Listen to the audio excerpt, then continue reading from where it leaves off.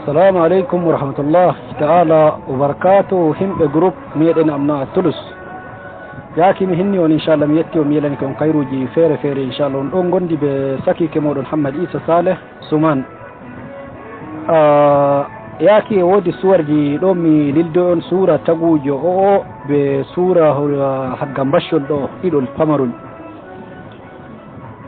tagujo o e mo ɗon wi'e Hammad Isa Ali e mo ɗon je fa leydi Nigeria o mo neeɓi warugo ɗo nder Sudan yani mo dillana hunde ko waɗata 20 sana ɗo ma yani komo wari nder leydi Sudan o fa mo waɗi wuro mo heɓana mbashol ɗiɗon debbo mako joni haaliya no reedujo tani e woodi lebbi nayyi o tagujo o mo wala kabar leñol mako fa nder leydi Nigeria wuro maɓɓe asasa mo hanko nder leydi Nigeria jooɗi o mo wala kabar maɓɓe diga ko mo dilloy mo wari ɗo nder leydi Sudan mo nayi mo ɗon hinnira be maɓɓe mo jogaki diga maɓɓe lamba walla kida wala ko mo woodi fa mo heɓa mo hewti mo wolwiri ɓe mo be maɓɓe o tagujo o mo ɗon huwa nihi fa Somalia mo huwa dahab o usbure nde sahlinde yaki ɓundu dahab yananimo o latti joni nde hanko mo resaki mo fofata joni nde hanko mo ma Allah mayni mo usbure nde sahlinde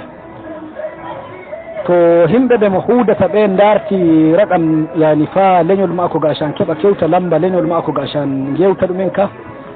to ɓe keɓayi to ɓe gewtem ka tagujo o min yani emi andi mo lakin nam andal ɓurgal sembe to ala kullu hal joni nde haaliyan kida ɓe mbi kala tagu lildani suurawol mako ngol yani sankitagol nder groupe baji mumkin yani to on goodi ɗo onon ɓe himɓe wonɓe ɗo nder groupe abna Toulouse to on goodi gon yani gonɗo groupe ji hagga Nigeria walla hagga tija Cameroon almuhim groupe ji himɓe fulɓe meɗen ɓen ɓe hirna alay Allah sankiton suwarol ngol be suwarol mbashol ɗum mbashol mako o hanko Allah maynuɗo mo to leñol mako bo fa nder leydi Nigeria woni o ɓe ngala bo kabar mako hanko ɗo e mo ɗon wi'e inde mako Hammad Isa Ali mo wiyete to nder honduko suudu fulɓe meɗen bo uudajo to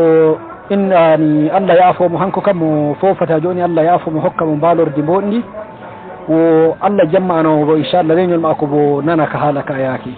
o jamiɓe tawteɓe ɗo nder groupe meɗen abna Toulouse alay Allah to goodi groupe ji hagga Nigeria sanki toon alay Allah bo suurol mako ngol be bokalol ngol inchallah gasam ɓe keɓa ɓe nana haala ka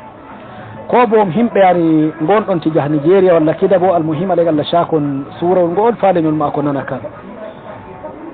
o ira on hin yani joni bashi mako kala to leñol mako nana ka bashol mako kol kalka o leñol mako bo nana haala ka hunde yurumde hunde nawnde won kinnama inchallah fu moɗon yakimi yelani ko on bo kayruji feere feere ya asdiqa